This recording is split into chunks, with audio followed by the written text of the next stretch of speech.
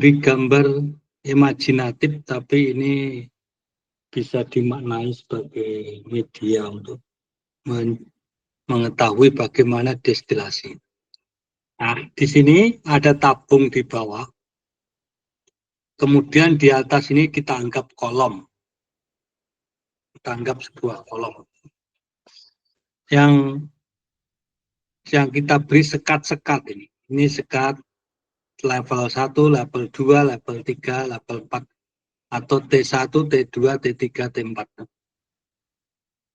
Nah, kalau kita mempunyai campuran A dan B di dalam cairan di sini, taruhlah kalau kita lambangkan kemarin, komposisinya adalah XA dan XB. Jadi X itu adalah fraksi mol zat. B menunjukkan jenis zat B. Kalau A misalnya heksana heptana, maka X heptana, X heksana. Kita buat AB saja. XA dan XB, itulah komposisi campuran A dan B di fase air. Kemudian kalau ini kita uapkan, akan menjadi uap yang komposisinya kita lambangkan menjadi YA dan YB. Itu menempati posisi di area udara di sini karena uap, di atasnya cairan. Dan juga bisa melalui celah lubang ini ke atas. Ya. Celah lubang ini ke atas. Kalau yang di sini, yang di dalam rongga ini bisa melewati di sini. Ini juga ada celah. Nah, masuklah saya anggap kamar atas atau level atas, level pertama di atas. Ya mungkin ya kamar kedua. Kalau di bawah ini kita anggap level 1 ya ini 2. Tapi kalau di bawah ini kita anggap level 0 atau basement ya kita di atas level 1 atau tingkat 1. Nah, kita lihat sekarang suhunya. Kalau yang di bawah tadi, campuran ini kan kita panaskan. Taruhlah pada suhu T0 pemanasan ini. Yang mana pemanasan pada suhu T0 itu memungkinkan zat A dan B menguap.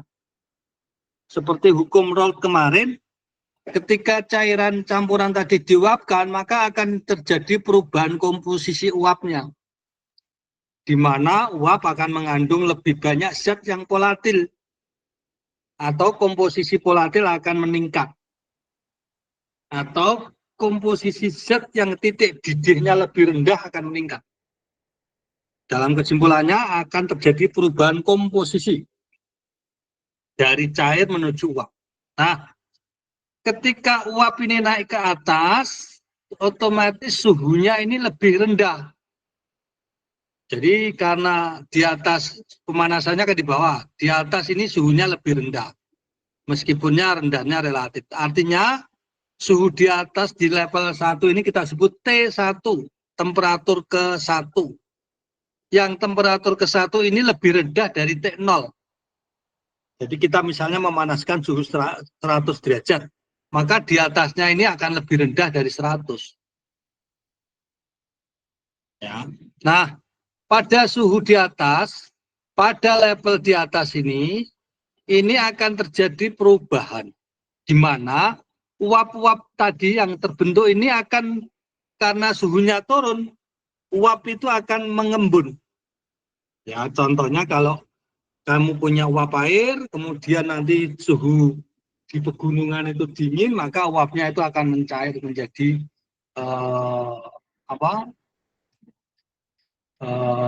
cairan. Jadi perubahan fase dari uap menjadi cair. Maka yang kemarin kita contoh dengan simple distillation, dari kiri kita uapkan, didinginkan menjadi cair. Yang kita sebut perubahan fase satu siklus, cair, uap, cair. Ini satu siklus, cair, uap, cair. Itu adalah siklus distilasi. Jadi cairan diuapkan, uap didinginkan menjadi cair kembali. Jadi perubahan fasenya dari cair menjadi uap uap menjadi cair lagi. Nah, saudara semua, perubahan komposisi akibat perubahan fase itu, kalau cair menjadi uap itu terjadi perubahan komposisi, di mana zat yang lebih volatil akan lebih banyak. Tapi sebaliknya, dari uap berubah ke cair kembali, itu tidak ada perubahan komposisi, atau prosentasinya tetap. Jadi kalau Anda punya zat yang didestilasi, kemudian didinginkan di pendingin balik, itu komposisi uap dan hasil akhirnya itu komposisinya tetap. Tapi kalau dari cair menjadi uap, komposisi berubah. Kalau uap menjadi cair, komposisi tetap. Nah, itu artinya finalnya tetap dari cair pertama menjadi cair kedua itu akan terjadi perubahan komposisi. Nah, dari dasar ini menjadi level 1 itu kita sebut satu siklus cair uap cair yang terjadi peningkatan atau pengayaan zat yang lebih volatil di level 1. Nah, kalau ini kita ulang lagi, yang ada di level 1 ini sebenarnya zat yang masih mudah menguap juga. Nah, cairan yang terbentuk ini akhirnya menguap lagi. Masuk ke ruangan tingkat 2 atau level 2 atau bubble cup kedua atau plate kedua. Nah, di sini juga sama, dari cair tadi di sini level 1 menjadi uap, masuk ke level 2, terperangkap di sini jadi cairan kembali. Jadi terjadi siklus kedua, cair, uap, cair, siklus kedua. Dan seterusnya siklus ketiga juga cair, uap, cair. Siklus 4 cair, uap, cair. Kelima cair, uap, cair, dan seterusnya. Makin banyak siklus, maka akan terjadi perubahan komposisi yang meningkat terus. Artinya zat yang lebih volatil itu akan terbentuk mendekati angka 100%. Yang ujungnya nanti setelah sekian kali siklus, harapannya dengan sistem distillation itu akan mendapatkan zat yang agak atau mendekati murni dari zat yang lebih volatil. Itu artinya destilasi bertingkat ini harapannya meskipun perbedaan titik didih dari campuran A dan B itu kecil, tapi karena kita destilasi bertingkat berulang-ulang, maka harapannya terjadi pemisahan juga. Yang antara A dan B sekali siklus tidak mungkin berpisah, tapi setelah sekian kali siklus mungkin A dan B akan berpisah, atau mungkin salah satu komponen apakah A atau B mendekati angka 100%. Ya, itulah yang kita sebut destilasi bertingkat atau destilasi fraksinasi karena berfraksi-fraksi, atau destilasi berulang kali. Jadi ada berbagai istilah sana, ada fraksinasi, bertingkat, berulang kali, dan seterusnya. Intinya terjadi pengulangan siklus cair, uap, cair, cair, uap, cair, cair, uap, cair, cair, uap, cair, dan setiap kali siklus terjadi pengayaan zat yang lebih volatil. Nah, ini karena mengikuti skema kesetimbangan memang. Jadi kalau ini cair, diuapkan, dicairkan lagi, diuapkan, cairkan lagi, uap, mencair lagi, uap, dan seterusnya. Nanti zat B ini akan mendekati 100% karena ke kiri. Nah, ini kalau dalam praktek itu mungkin mirip dengan destilasi sederhana. Cuma bedanya begini, ini cairan pertama dilewatkan kolom fraksinasi. Disinilah yang terjadi kesetimbangan fase tadi berulang-ulang. Yang di dalam kolom ini harapannya tadi itu adalah yang dibesarkan seperti ini. Tapi dalam lab kenyataannya itu adalah mungkin seperti ini kolomnya kalau disederhanakan, dikecilkan. Nah, di dalam kenyataannya kolom ini bermacam-macam. Ini ada jenis kolom yang berupa apa yang disebut Big Greg itu kayak bertingkat-tingkat ini. Kalau Helisas ini butiran-butiran. Kalau wire ini seperti serabut. Kemudian ini spiral, kaca yang diputar-putar spiral. Ini semua menjadi kolom. Di mana kolom itulah yang membantu terjadinya kesetimbangan cair, uap cair, cair, uap cair, cair, uap cair, cair, uap cair, dan seterusnya. Nah, dalam prakteknya kolom ini dipasang dengan labunya, labu destilasi dan labu penampung. Kemudian dikasih pendingin. Maka kesetimbangan yang berulang-ulang, cair, uap cair, cair, uap cair, cair, uap cair, dan seterusnya sampai akhirnya yang keluar itu adalah zat tertentu saja. Karena A dan B tadi pada tingkatan tertentu mungkin hanya tinggal A saja atau B saja. Atau taruhlah A misalnya 99%, 99,95%, dan seterusnya, itu artinya A sudah terpisahkan dengan persentase mendekati 100%.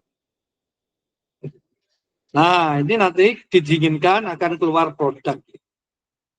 Nah, secara praktek destilasi ini bisa kita jumpai di industri pengolahan minyak bumi.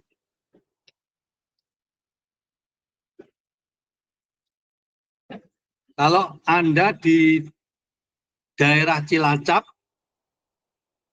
akan menjumpai seperti ini gambarnya atau pabriknya.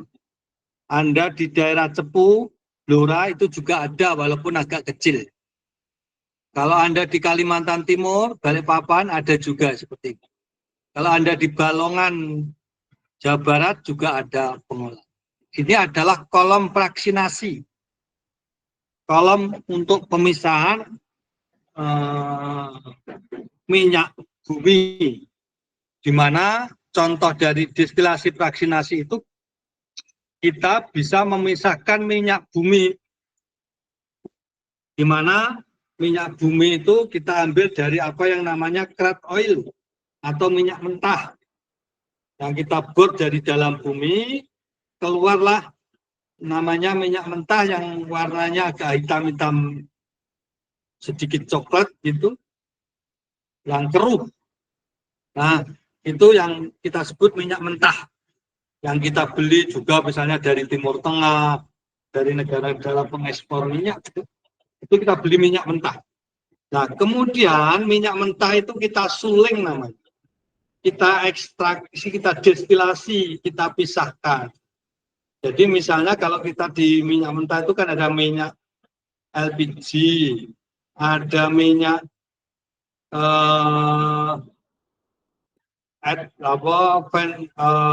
abjur yang untuk pesawat, ada yang minyak untuk industri seperti kereta api, pabrik dan seterusnya, itu biasanya kita sebut minyak industri. Kemudian minyak dengan ukuran BBM seperti Pertalite, Pertamax dan lain sebagainya, itu juga komponen dari minyak. Nah, semua bahan tadi itu ada di dalam minyak bumi. Jadi di minyak bumi itu ada macam-macam, ada oktana, nonana, benzena, dan seterusnya itu ada. Bahkan senyawa-senyawa tertentu belerang dan seterusnya juga ada walaupun kecil. Nah, senyawa itu kita pisahkan dengan cara destilasi bertingkat.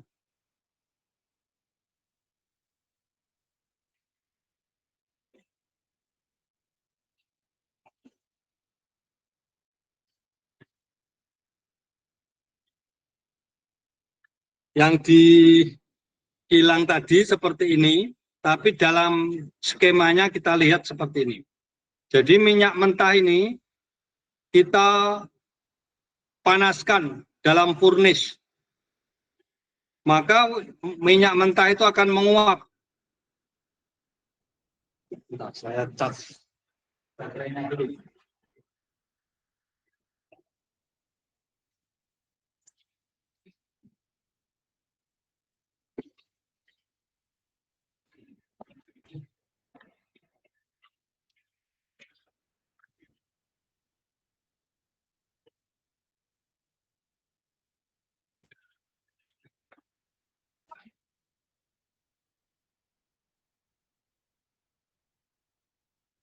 Nah, minyak mentah ini kita uapkan di dalam kolom fraksinasi ini mirip bubble cup tadi ya. Pada suhu misalnya manaskan 400. Nanti ke atas makin pendek, makin kecil suhunya.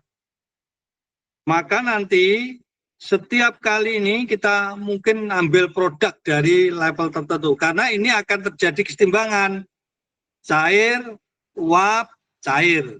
Uap, cair, uap, cair, uap, cair, uap, cair, dan seterusnya. Maka cairan yang terbentuk setiap level itu bisa kita ambil. Ya, misalnya di level ini terjadi minyak bahan bakar, kemudian level atasnya minyak diesel, atas ini minyak kerosin, tanah, kemudian minyak yang lebih ringan, dan seterusnya. Yang terakhir itu gas, yang kita perlu misalnya gas paling pendek hidrokarbon, gas LPG. Ya, kalau kita lihat contohnya begini. Jadi partikel komponen minyak bumi itu kan banyak bermacam-macam. Senyawa fase berat dan paling panjang itu biasanya dia akan mengendap di bawah di sini, yang nanti produknya kita sebut seperti untuk aspal, genteng, dan lain sebagainya. Itu adalah partikel besar yang ada di minyak bumi. Misalnya yang mempunyai C70 atau lebih besar dari 70 C-nya. Jadi kalau heksana kan C-nya 6. Nanti kalau oktana C-nya 8 dan seterusnya.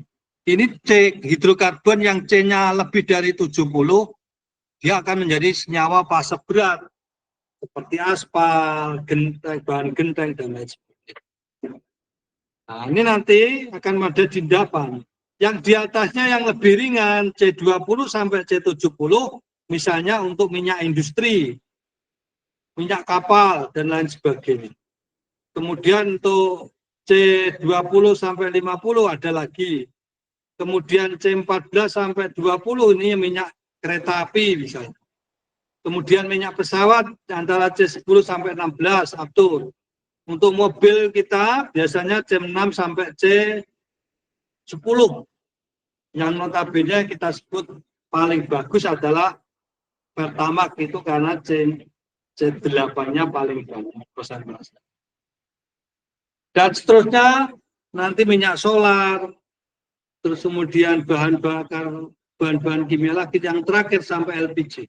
Nah ini nanti kita ambil dari setiap level itu menjadi produk-produk yang dihasilkan dengan cara fraksinasi atau destilasi bertingkat.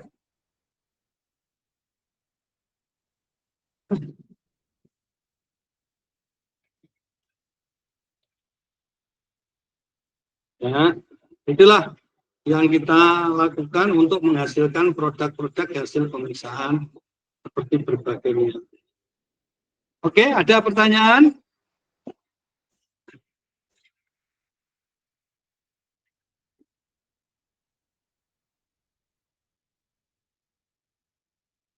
Ada pertanyaan? Belum, Pak. Belum, Pak. Kalau tidak, ini saya selingi presensi sebelum saya lanjutkan ya.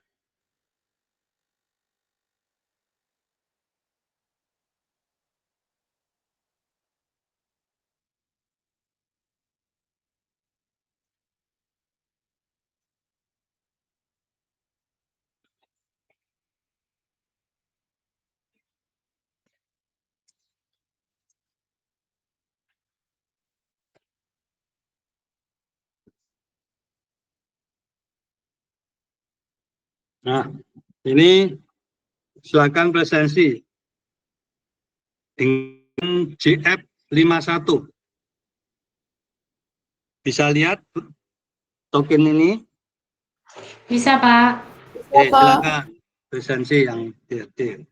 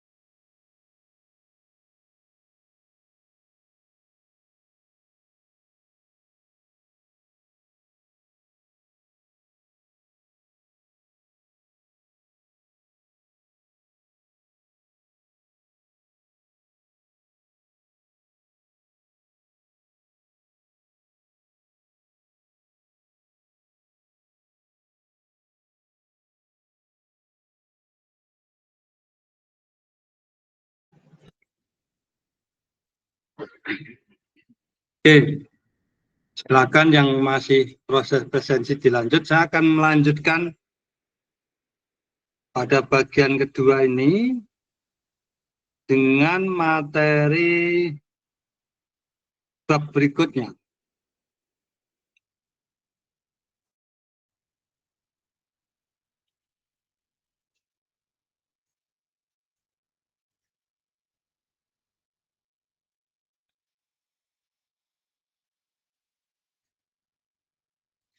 Ini PPT ekstraksi pelarut sudah bisa dilihat.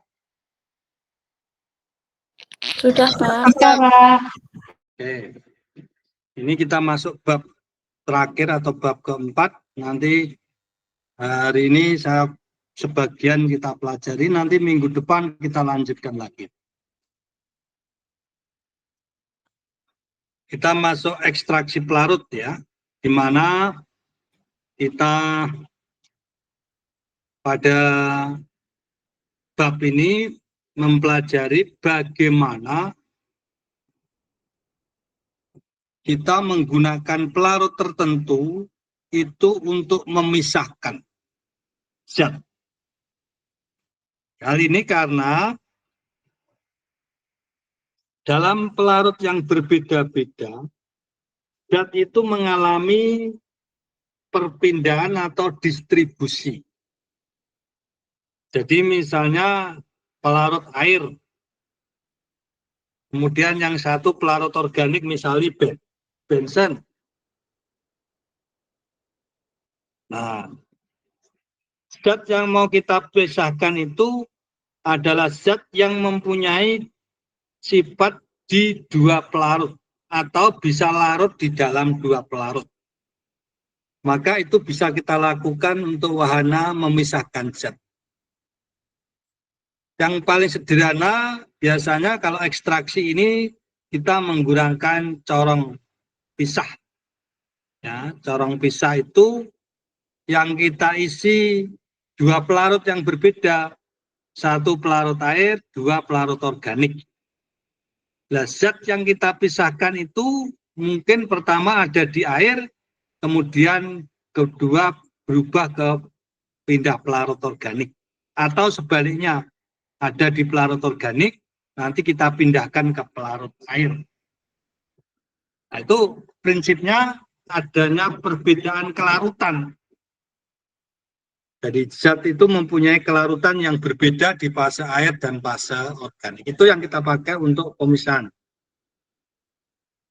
Nah, dalam banyak hal ini kita pakai di dalam produksi, industri, dan sebagainya. Misalnya kita mengambil mineral-mineral dalam tubuh, dalam bumi, kemudian juga bahan-bahan organik di tumbuhan, dan seterusnya. Ini bisa kita lakukan ekstraksi.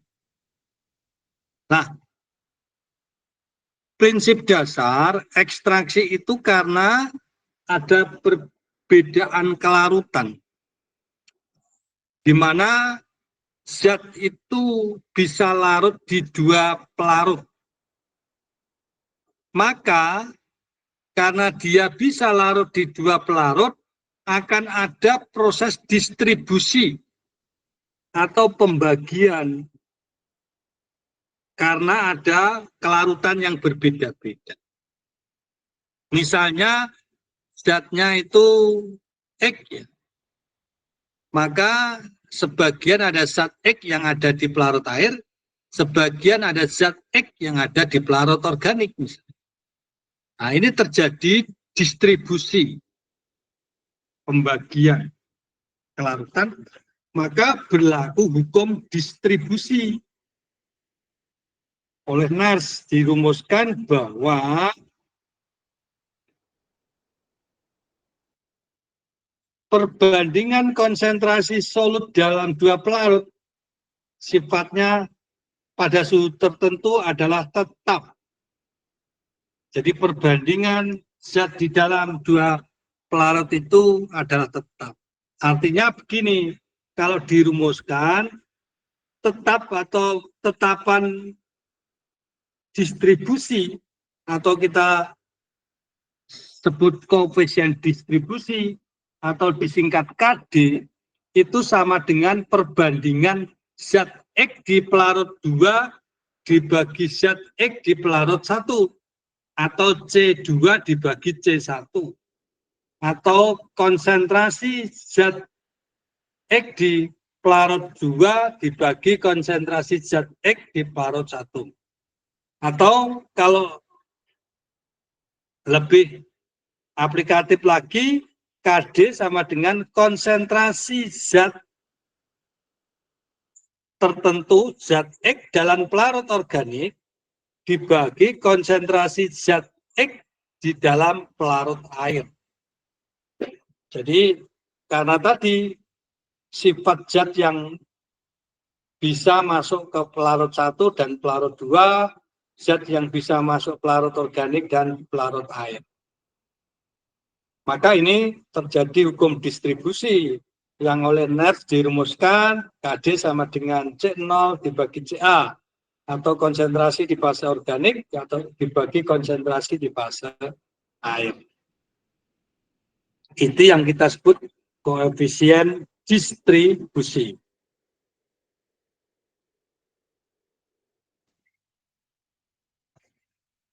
Nah, dari rumusan ini KD itu akan berbanding dengan konsentrasi. Kalau KD-nya besar, pasti C0-nya besar dibanding CA. Tapi kalau KD-nya kecil, berarti C0-nya lebih kecil daripada CA. Jadi C0 bagi CA itu kecil. Maka zat ada di fase air saja kalau KD kecil. Tapi kalau KD-nya besar, biasanya zat akan masuk ke fase organik lebih banyak. Nah, inilah perbandingan yang dirumuskan oleh Nernst.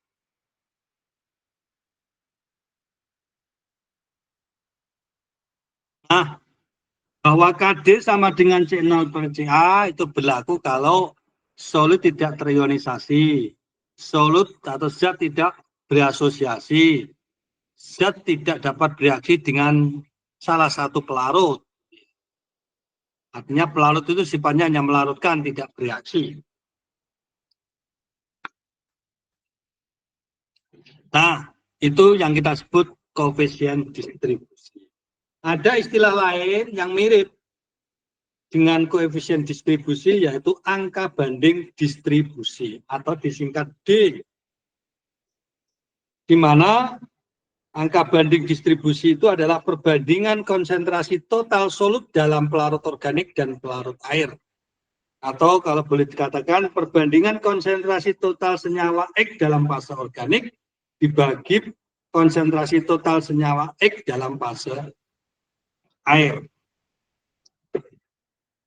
Dalam kondisi ideal, KD sama dengan D. Tapi ideal ini kadang-kadang tidak ada. Maka KD mendekati D itu yang paling banyak. Tapi tidak sama. Kalau tahu ideal, itu boleh lah. KD sama dengan D.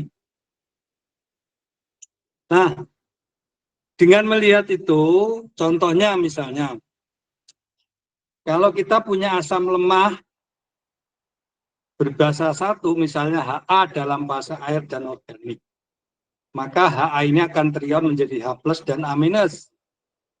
Kalau kita rumuskan D-nya, itu D sama dengan HA di fase organik dibagi HA di fase air plus A- di fase air. Karena yang di fase air itu gabungan antara ion A dan HA. Sedangkan yang di fase organik hanya ada HA saja. A- itu karena ion, berarti dia pada fase air. Sehingga kalau D sama dengan itu, KD-nya, KD itu HA di fase organik dibagi HA di fase air. Jadi ada perbedaan KD dan D kalau dari rumusan ini. Namun kalau digabungkan hubungan D dan KD, itu akan didapatkan dengan mensubstitusikan persamaan itu. Yang terakhir akan didapat rumus D sama dengan KD dibagi 1 plus KA dibagi H+. Artinya distribusi zat dalam pertimbangan pelarut 2 dan pelarut 1 itu dipengaruhi oleh KD, dipengaruhi oleh KA, dan dipengaruhi oleh pH juga. Nah, maka ini dirumuskan bahwa D sama dengan KD. Kalau dalam keadaan sempurna tadi, ideal, maka ini semuanya di bawah ini nilainya 1. Sama 1, maka D sama dengan KD. Itu yang tadi dalam keadaan ideal. Nah, ini contohnya misalnya 1 gram asam benzoat dilarutkan dalam 100 ml air, kemudian dimasukkan 100 ml ether. Nah, KD asam benzoatnya adalah 100, Ka-nya 6,5 kali 10⁵, hitunglah angka banding distribusi jika lapisan air mempunyai pH 3, 5, dan 7. Nah, karena KD-nya 100, maka D-nya kita masukkan dalam persamaan ini. Nah, dengan di sini setelah kita hitung nilai Ka-nya dimasukkan, nilai pH-nya H plus-nya dimasukkan, maka pada pH 3 D-nya 93,89, pada pH 5 D-nya 13,5, dan pada pH 1 D-nya 0,15. Artinya pada pH rendah ini D besar, tinggi, ini artinya yang masuk ke organik banyak. Pada pH 5 yang masih organik masih tidak terlalu banyak, dan pada pH 7 yang masuk ke organik sedikit, karena angka bandingnya kecil. Kalau D-nya kecil berarti KD-nya juga kecil. Artinya yang masuk ke fase organik sedikit. Nah, ini kalau kita punya zat yang mau diekstraksi. Ada pertanyaan dulu sebelum saya lanjut?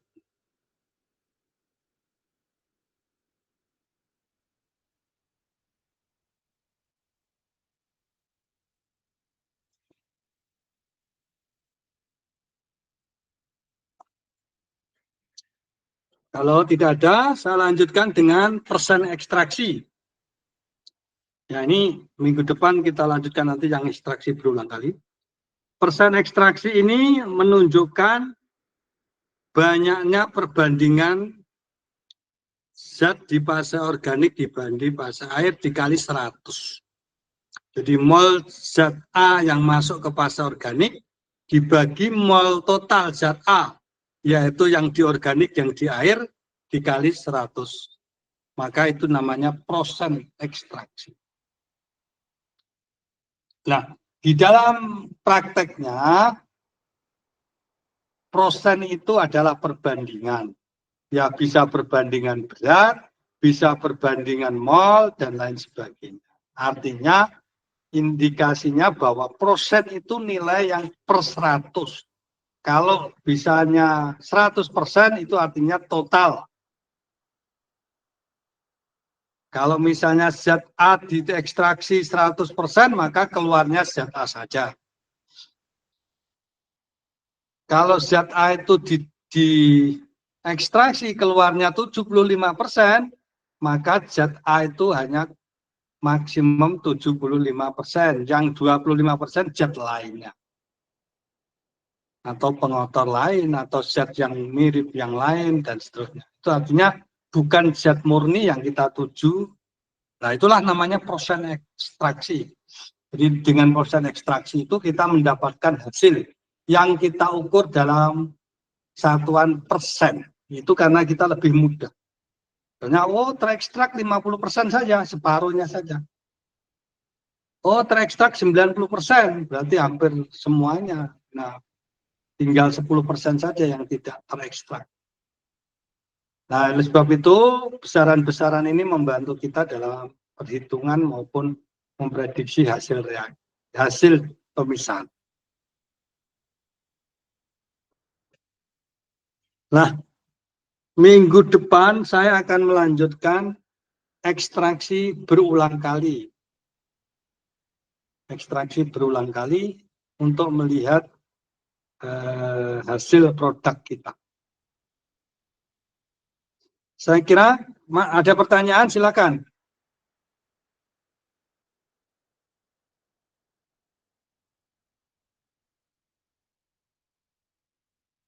Oke, kalau tidak ada, saya kira kuliah kita pada siang hari ini saya cukupkan. Saya akan masuk sekali lagi di kuliah kita minggu depan, termasuk nanti saya bagi Minggu depan saya diingatkan bahwa PPT akan saya share semuanya minggu depan. Setelah kuliah selesai, kemudian kita ujian minggu depannya lagi. Saya diingatkan minggu depan untuk share, habis kuliah share PPT ya.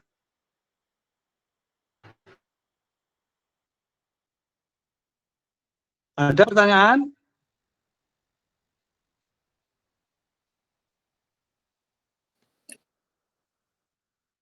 Kalau tidak ada, saya anggap memahami. Oke, saya akhiri kuliah kita ya. Sekian, wassalamualaikum warahmatullahi wabarakatuh.